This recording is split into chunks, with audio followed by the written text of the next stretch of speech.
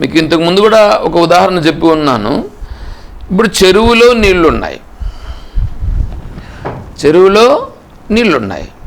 ఆ చెరువులో నీళ్లు మన పంట పొలాలకు రావాలంటే చెరువుకి తూము ఉంటుంది.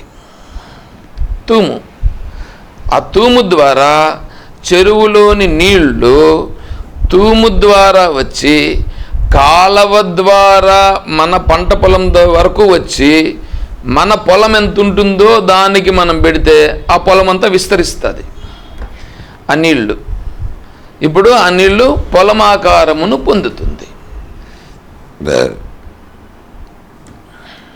ఇప్పుడు పొలంలో ఉండే నీళ్ళు ఎక్కడివి? ఆ నీళ్ళు చెరువులో నీళ్ళే. కాలువలో ఉండే నీళ్ళు ఎక్కడివి? చెరువులో నీళ్ళే. తూములో ఉండే నీళ్ళు ఎక్కడివి? చెరువులో నీళ్ళే. చెరువులో ఉండే నీళ్ళే తూములో ఉన్నాయి, చెరువులో ఉండే నీళ్ళే కాలువలో ఉన్నాయి, చెరువులో ఉండే నీళ్ళే మన పొలములో కూడా ఉన్నాయి. అంటే మన పొలములో ఉన్నటువంటి పొలమాకారమును పొందిన నీళ్లు కూడా చెరువులో ఉన్న నీళ్ళే. అంటే చెరువులో ఉన్నటువంటి నీళ్లు, తూములో ఉన్న నీళ్లు, ఈ కాలువలో ఉన్న నీళ్లు, పంట పొలంలో ఉన్నటువంటి నీళ్ళు, అన్ని నీళ్లు ఒకే నీళ్లు, వేరే ఏమి కాదు. అదే విధముగా ఇప్పుడు ఈ చెరువు అనేటువంటిది అంతఃకరణం. అంతఃకరణం అనేది చెరువు. ఈ తూములు అనేటువంటివి కళ్ళు, చెవులు, నాలుక, ముక్కు, నోరు, చర్మము, ఇవంతా తూములు. ఆ చెరువుకి ఇన్ని తూములు ఉన్నాయి. తర్వాత వీటి నుంచి బయట విషయాలు ఉన్నాయే, ఆ విషయాలు అనేటువంటివి పంట పొలములు. కంటి ద్వారా వచ్చేటువంటి తూము ద్వారా వచ్చేటువంటిదేమో రూపం అనే పొలాన్ని చేరుతుంది. చెవి ద్వారా వచ్చేటువంటి చెవి అనే తూము ద్వారా వచ్చేటువంటిదేమో శబ్దం అనేటువంటి పొలమును చేరుతుంది. ఇట్లా ప్రతిదీ దాని విషయానికి సంబంధించినటువంటి పొలమును చేరుతుంది. ఇప్పుడు ఈ అంతఃకరణం అనేటువంటి చెరువులో ఉన్నటువంటి నీళ్లు ఈ తూముల గుండా బయటొచ్చి అన్నింటి ద్వారా ఆయా విషయములనేటువంటి పొలముల్ని విస్తరించి వ్యాపించినది. ఇది ఇక్కడ వరకు విషయం అర్థమైందా కొద్దిగా? ఇప్పుడేంటంటే ఈ అంతఃకరణం అంటే ఇక్కడ మనస్సు తీసుకోండి. మనస్సు అనేటువంటిది అది చేతనవంతమైనది. వెనకాల ఉన్నటువంటి చేతనముతో మనస్సు చైతన్యవంతమైనది.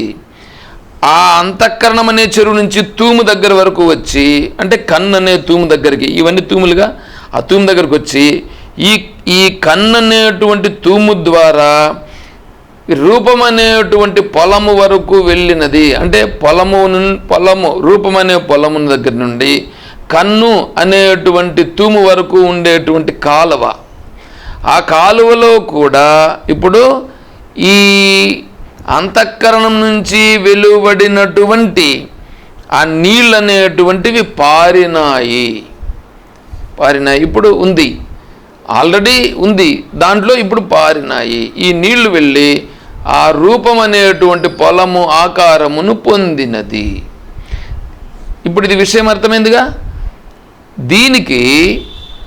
దీనికి శాస్త్రం పేర్లు పెడుతూ ఉంది. ఏమని పేర్లు పెడుతుందంటే ఇక్కడ చూడండి, అంతఃకరణ సంబంధాత్ ప్రమాతే ఇతి అభిధీయతే. ప్రమాతేత్యభిధీయతే, దానిని ప్రమాత ఇత్యభిధీయతే. అంతఃకరణ సంబంధముతో ఉండేటువంటి చైతన్యమునకు ప్రమాత అని పేరు. శాస్త్రం పెట్టినటువంటి పేరు ప్రమాత. ప్రమాత అన్నప్పుడు ఏంటంటే మామూలుగా ఒక కేజీ, 1 లీటర్ అని కొలుస్తాం. 1 లీటర్ కొలవాలంటే లీటర్ అనేటువంటిది ఒక ఇది ఉంటుంది, ఒక పాత్ర ఒకటి ఉంటుంది. లీటర్ అనేటువంటి దాన్ని కొలబద్ద, దాన్ని కొలుస్తాం కదా, కొలిచేదానికి లీటర్ అనేటువంటి దాన్ని ఉపయోగిస్తున్నాంగా, దానిని కొలమానం. ఆడ ఆడ ఆడ ప్రమాణం, దాన్ని కొలిచేదానికి దాన్ని కొలబద్ద అంటాం అక్కడ. దాన్ని కొలిచేదానికి కొలమానము అంటే లీటర్ను కొలిచేదానికి, లీటరు అనేటువంటి దాన్ని కొలవడానికి ఉపయోగించేటువంటి ఆ లీటర్ పాత్ర అనేటువంటిది ఒక కొలమానం. అదే దూరమును కొలిచేదానికి మీటర్ అనేటువంటిది కొలమానం. అదే వెయిట్ను కొలవాలంటే కేజీ అనేటువంటిది కొలమానం. అట్లా ప్రతి ఒక్కటి. అలాగే దీనిని ఇక్కడ ఒక విషయమును దేన్నో కొలిసేదానికి ఇది ఇంత, దీని యొక్క వాల్యూ ఇంత, ఇది రూపము, ఇది శబ్దము, ఇది స్పర్శ, ఇది రుచి అనేటువంటి దాన్ని కొలుస్తూ ఉన్నది. అది కొలిసేటువంటిది, దాన్ని వాల్యూ చేస్తుంది. ఇది బాగున్నది, ఇది బాగలేదు అని చెప్పేటువంటి దాన్ని ఇక్కడ ఒక కొలమానం. ఆ కొలమానమునకు పేరు ప్రమాత. అంటే ప్రమాత అంటే కొలిచేటువంటిది. దేన్ని కొలిచేటువంటిది? జ్ఞానం అనేటువంటి దానితో ఇక్కడ తీసుకొని ఇది ఇంత పొడుగున్నది, ఇది ఇంత వెడల్పున్నది, ఇది ఇంత బరువున్నది, ఇది ఈ విషయము, ఇది a + b whole square = a² + b² + 2ab. ఇదంతా కొలమానము. ఇది ప్రతి దానిని ఒక్కొక్క కొలమానముతో కొలిచేస్తుంది. అంటే మనస్సు ఏం చేసింది? ప్రతి దానిని కొలుస్తూ ఉన్నది. అందుకని దీనికి ప్రమాత అని పేరు. తథా తద్వృత్తి సంబంధాత్ ప్రమాణమితి కథ్యతే. వృత్తి సంబంధము చేత ప్రమాణమని. వృత్తి సంబంధం, వృత్తి అంటే ఏంటి? ఇక్కడ ఈ అంతఃకరణం నుంచి ఈ తూముల ద్వారా విషయం వరకు వెళ్ళి విషయాకారం వరకు పొందింది చూడండి. ఇంతవరకు వెళ్ళినటువంటి దీనిని వృత్తి అని అంటారు. వృత్తి. వీటిని గురించి వృత్తి, ప్రమాణము, ప్రమాత, ప్రమేయము, ఇప్పుడు ఇక్కడ పేర్ల వరకు చెప్తున్నా నేను.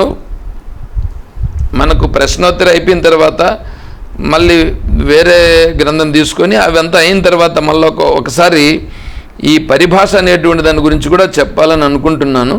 అప్పుడు మీకు నిదానంగా డీటెయిల్గా చెప్తాం దాని గురించి.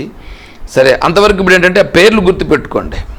పేర్లు అంటే ఇప్పుడు ఇక్కడి నుంచి అక్కడ వరకు పోయింది చూడండి, దీనిని వృత్తి అని అంటున్నారు. ఆ వృత్తి రూపంగా ఉండేటువంటి దాన్ని ప్రమాణము అని అంటారు.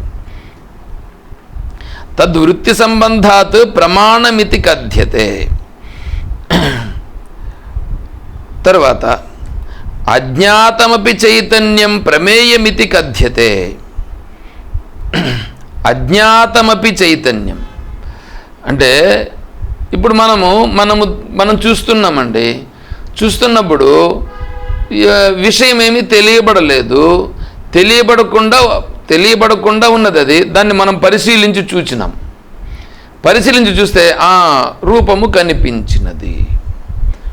రూపం అనేది కనిపించిందిగా. ఇప్పుడు అది ఇంతవరకు మనకు తెలియకుండా ఉన్నింది. తెలియకుండా ఉన్నటువంటిది ఇప్పుడేమైంది? ఇప్పుడు తెలుస్తూ ఉంది. అంటే అది ఇంతవరకు తెలియబడకుండా ఉండి ఇప్పుడు నాకు కనిపించినది, ఇప్పుడు తెలిసినది. అది అజ్ఞాతములో ఉండి తెలియబడినది. అంటే అజ్ఞాతములో అంటే అది ఉన్నిందా లేదా అదేమో నాకు తెలియదు, కానీ నాకు తెలియలేదు ఇంతవరకు. నాకు తెలియకుండా ఉండి ఇప్పుడు నాకు తెలియబడినది. కాబట్టి దానిని ఇప్పుడు నేను గుర్తించినాను కాబట్టి ఆ విషయమును ప్రమేయము అంటారు. ఆ విషయం పేరు ప్రమేయం. ప్రమేయం అని పేరు పెడితే అది విషయము. ప్రమాత అని పేరు పెడితే అంతఃకరణము. ప్రమాణము అంటే వృత్తితో కలిసినటువంటి దాన్ని ప్రమాణము అని అంటున్నారు. కానీ యాక్చువల్గా ఏంటంటే కన్ను ప్రమాణం, చెవి ప్రమాణం, నాలుక ప్రమాణం, ముక్కు వాసన అంటే అది ప్రమాణం, చర్మం ప్రమాణం, ఇవి ప్రమాణములు. కానీ ఇక్కడ ఏమంటున్నారంటే ముక్కు వరకే అని తీసుకోకుండా వృత్తి అని చెప్తున్నారు. వృత్తి అక్కడ వరకు వెళ్ళి దానంతా వస్తే దాన్ని ప్రమాణం అని చెప్తున్నారు. సరే, అలా కూడా తీసుకుందాం ఇప్పుడు ప్రస్తుతానికి. అంటే కన్ను ఒక ప్రమాణం, రూపాన్ని గుర్తించాలంటే కన్ను ప్రమాణం. కన్ను ప్రమాణం అంటే ఏం చేయాలి? కన్ను ఊరికే ఉంటే సరిపోదు, కన్ను నుంచి నీకు ఆ విషయం వరకు వెళ్ళాలి, అప్పుడు అది ప్రమాణం అవుతుంది. కన్ను మాత్రం ఉంది, కన్ను పని చేయట్లేదు, అప్పుడు ప్రమాణం ఎట్లవుతుంది? అది అప్పుడు ప్రమాణం కాదు. కాబట్టి కన్ను పనిచేసి కన్ను నుంచి విషయం వరకు దాని యొక్క పని జరగాలి, అప్పుడు అది ప్రమాణం అవుతుంది. తర్వాత విషయం అనేటువంటిది ప్రమేయమైనది. ఇంతవరకు తెలియకనే ఉన్నది, ఇప్పుడు నేను చూసే లోపల నాకు కనిపించింది, ఇప్పుడు ప్రమేయమైంది. తర్వాత ఇప్పుడు ఏమైందంటే ఫలానా విషయము అని నాకు తెలియబడినది.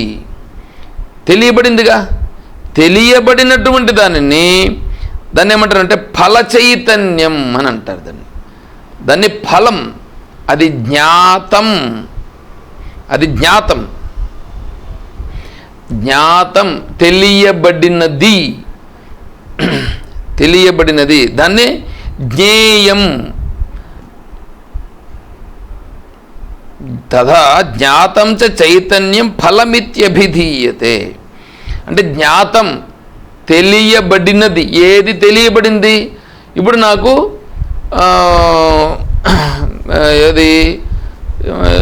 ఏదైతే ప్రింటర్ ఉంది, ప్రింటర్ నాకు తెలియబడింది, ప్రింటర్ అనేది తెలియబడిందిగా, అది ఫల చైతన్యం. ఫల చైతన్యం అంటే ఇప్పుడు ఇక్కడ విషయం ఏంటంటే అండి, సరే, సర్వోపాధి వినిర్ముక్తం స్వాత్మానం భావయేత్ సుధీహి ఏవం యో వేదతత్వేన బ్రహ్మభూయాయ కల్పతే సర్వవేదాంత సిద్ధాంతసారం వచ్మి యథార్థతః స్వయం మృత్వా స్వయం భూత్వా స్వయమేవావశిష్యతే. ఇక్కడ చైతన్యమునకే ఇన్ని పేర్లు. ఇప్పుడు చూడండి, చైతన్యమే అంతఃకరణముతో ప్రతిఫలిస్తున్నటువంటి చైతన్యమునకు పేరు ప్రమాత. ప్రమాణము చేత అంటే మీ కంటి నుంచి విషయం వరకు వెళ్ళినటువంటి దానిని ప్రమాణం, విషయము రూపంగా ఉన్నటువంటిది ప్రమేయము. తర్వాత ఆ విషయం అనేటువంటిది తెలియబడిన తర్వాత ఫల చైతన్యం ఏదైతే ఉన్నదో అది జ్ఞాతం అని అంటున్నారు ఇక్కడ. జ్ఞాతం, దానినే జ్ఞేయం అని కూడా అంటాం.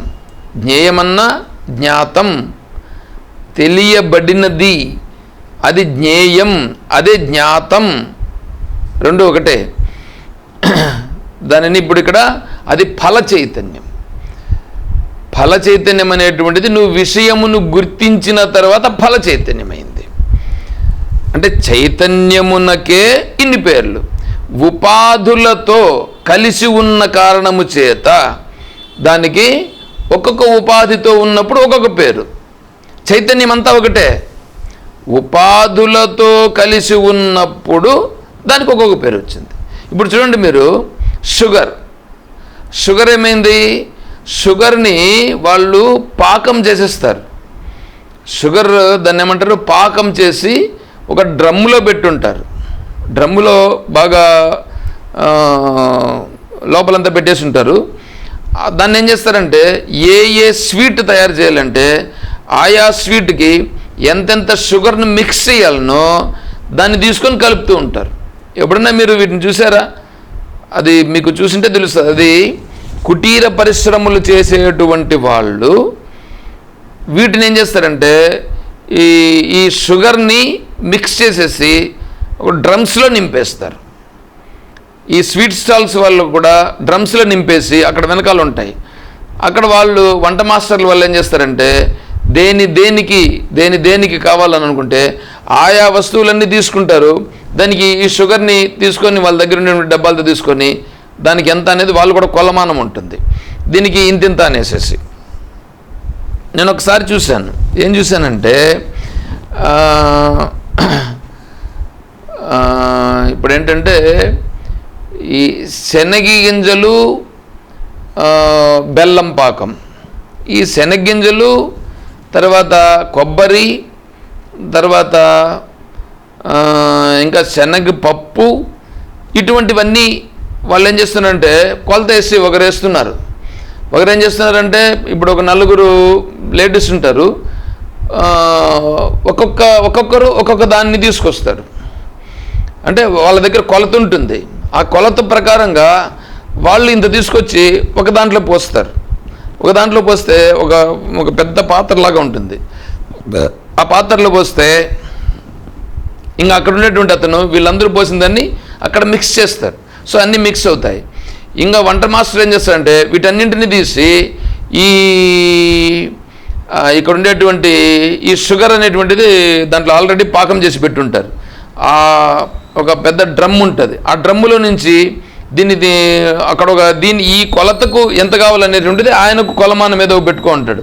సో దాంతో తీసి ఇవి ఎన్ని పోసుంటారో దానికి సరిపోయేంతగా దీన్ని తీసి దాంట్లో వేసి వీటిని దాంట్లో వేసి అక్కడ వేడి చేస్తుంటారు. వేడి చేస్తే ఈయన ఏం చేస్తాడంటే ఈయన దగ్గర ఒక పెద్ద అంత పొడుగు గరిటెలాగా ఒకటి ఉంటుంది, దాంతో కలుపుతూ ఉంటాడు. కరెక్ట్గా పాకం సరిపోయినప్పుడు ఏం చేస్తారంటే దాన్ని తీసి కింద పోసేస్తారు. మళ్ళీ కింద కొంతమంది కూర్చో ఉంటారు. వాళ్ళందరూ ముద్దలుగా చిన్న ప్యాక్ చేసి, అంటే చిన్నగా ఉంటలు పట్టి దాన్ని అంతా మళ్ళీ అక్కడ ఆరబెట్టి మళ్ళీ వాటిని ప్యాక్ చేస్తుంటారు. సో ఇదొక పరిశ్రమ. ఇంకా అదే విధంగానే ఇంకొక జాగాలో వేరే స్వీట్స్ అన్ని తయారు చేసేవాళ్ళు. సో అందరూ స్వీట్స్ తయారు చేసేవాళ్ళు. అందరి దగ్గర షుగర్ అనేటువంటిది మాత్రం ఒకటే ఉంటుంది. ఆ షుగర్ అనేటువంటిది ఇటువంటివి అన్ని డ్రమ్స్ ఉంటాయి, కానీ దాన్ని మాత్రం ఉపయోగించుకొని అన్నీ చేస్తుంటారు. ఇక్కడ షుగర్ అనేటువంటిది ఒకటే, కానీ పదార్థాలు వేరుగా ఉంటాయి. అన్నింటిలో ఉన్నటువంటి స్వీట్ అనేటువంటిది ఒకటే. అదే విధముగానే ఈ చైతన్యం అనేటువంటిది ఒకటే. ఆ చైతన్యం ఒకటే ఆయా ఉపాధులను బట్టి, అంటే ఇప్పుడు అంతఃకరణం ఉపాధిగా అయినప్పుడు ప్రమాతని, ఈ ఇంద్రియములు ఉపాధిగా అయినప్పుడు ప్రమాణమని, విషయము ఉపాధిగా అయినప్పుడు ప్రమేయమని, ఆ విషయమును తెలుసుకున్నప్పుడు తెలుసుకోదగినది, అది ఏదైతే తెలుసుకున్నామో ఫల చైతన్యం, ఫలానా విషయము తెలియబడినది, దానిని జ్ఞాతం, నేను తెలుసుకున్నాను అనేటట్లుగా జ్ఞాతం, అది ఫల చైతన్యమని, ఇట్లా ఒకే చైతన్యమునకు ఒక్కొక్క పేరు వస్తుంది.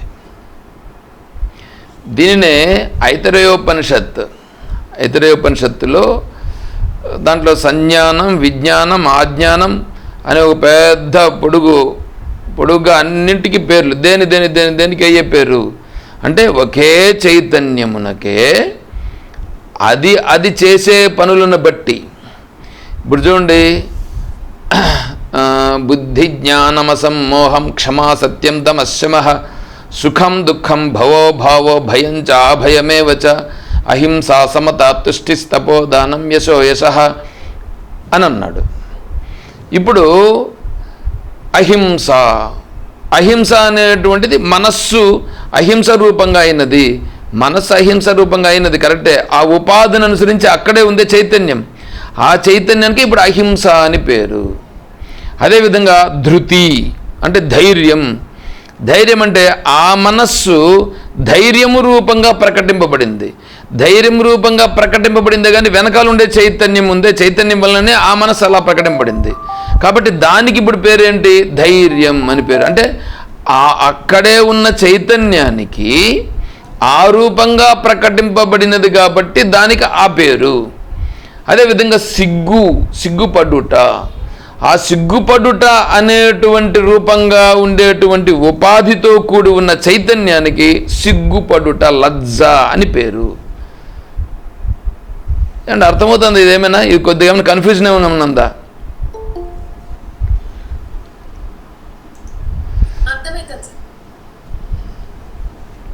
కాబట్టి ఒకే చైతన్యమునకు ఆయా ఉపాధులను అనుసరించి దానికి పేర్లు పెట్టడం జరిగింది. అంటే ఒకే చైతన్యమునకే అది ఉండేటువంటి దానిని బట్టి దాని పేర్లు. ఇప్పుడు ఫ్యాన్ అన్నావు, ఫ్యాన్ వెనకాల కరెంట్ ఉంది, ఫ్యాన్ కరెంటుతో పనిచేస్తుంది. ఏసీ కరెంటుతో పనిచేస్తూ ఉంది, హీటర్ కరెంటుతో పనిచేస్తూ ఉంది, నెక్స్ట్ దీన్ని ఏమంటారు, కుక్కర్ కాదు, గ్రైండర్ కరెంటుతో పనిచేస్తుంది, వాషింగ్ మిషన్ కరెంటుతో పనిచేస్తుంది. నువ్వు ఏది చూసినా ఇప్పుడు బైక్ కూడా కరెంటుతో పనిచేస్తుంది, కార్ కూడా కరెంటుతో పనిచేస్తుంది. ఇప్పుడు ఆయా రూపములను పొందినది కరెంట్, వెనకాలుండేటువంటిది కరెంటుగా. ఒకే కరెంటు ఆయా ఉపాధులను అనుసరించి ఆయా పేర్లతో పిలువబడుచున్నది. ఇప్పుడు ఉపాధులను తీసివేస్తే ఉండే కరెంటు ఒకటే.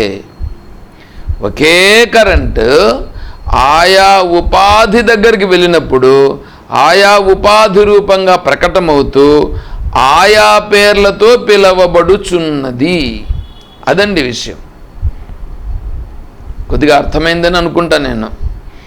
అంటే దీన్నంతా ఇప్పుడు చెప్పి లాస్ట్లో ఏం చేస్తామంటే ఉపాధులను తొలగించగా, ఉపాధులను చూడొద్దు, ఉపాధులను చూడకుండా పోతే వెనకాలండే చైతన్యం ఒకటే కదా, అంతా ఒకటే. అలాగే ఇక్కడ ఉండేటువంటి చైతన్యము, ఎదురుగా ఉండేటువంటి చైతన్యము, సకల జీవరాశుల యందు ప్రకటింపబడుచున్నటువంటి చైతన్యం ఒక్కటే. ఆ ఒక్క చైతన్యము నీకు అది నీకే, నీ అంతట నీవు ఉండే ప్రదేశములోనే నీకే బాగా స్పష్టమవుతుందిగా. అది నువ్వు ఉపాధి కాను నేను అని నువ్వు ఎప్పుడైతే చూడగలిగితే అది నీకు అర్థమవుతుంది. ఏది? ఉపాధి ఉండగానే, అంటే ఈ శరీరము ఉండగానే ఈ శరీరము దేని వలన పని చేయుచున్నది, దేని వలన పనిచేయుచున్నది అంటే వెనకాలన్నటువంటి చైతన్యం వలననే ఇది పని చేయుచున్నది.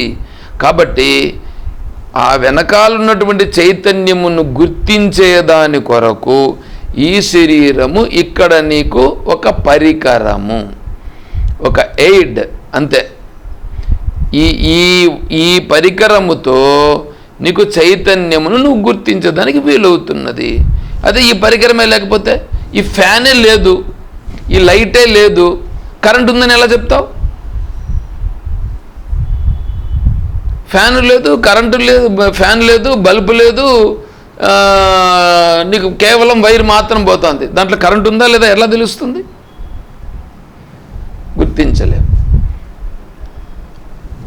అదేవిధంగానే మన ముందర కూడా కరెంట్ ఉంది, కరెంట్ ఉందా లేదా ఎట్లా తెలుస్తుంది? అంటే ఈ బల్బు పెట్టాం, లైట్ వేసాం, వెలిగింది, కరెంట్ ఉంది, స్పష్టంగా తెలుస్తుంది. ఫ్యాన్ వేసినాం, ఫ్యాన్ తిరుగుతుంది, కరెంట్ ఉంది, తెలుస్తుంది. అంటే ఈ ఉపాధుల వలన కరెంటు ఉన్నదని మనం గుర్తించుచున్నాము. అది విషయం. ఏమంటే కొద్దిగా అర్థమైందా? ఓకే. కాబట్టి ఉన్న చైతన్యం ఒకటే. చైతన్యమును గుర్తించుట కొరకు ఈ ఉపాధులు మనకు చైతన్యమును గుర్తించేటందుకు ఉపయోగపడుచున్నవి. మనము ఉపాధులను చైతన్యమును గుర్తించేదానికి ఉపయోగించుకొనుచున్నాము. అది ఇక్కడ విషయం. ఓకే, చాలు. సరేనండి. ఇప్పుడు చైతన్యం అంటే ఏందో, ఉపాధులు, చైతన్యం అంటే అర్థమైందిగా అందరికీ. ఎవరికైనా అర్థం కాకుండా ఉంటే అడగవచ్చు, ఎవరికైనా అర్థం కాకపోతే అడగచ్చు. దాని గురించి కావాల్సి ఉంటే మళ్ళీ కొద్దిగా చెప్తాం. సరే, ఎవరు ఎక్స్ప్రెస్ చేయలేదు కాబట్టి ఓకే.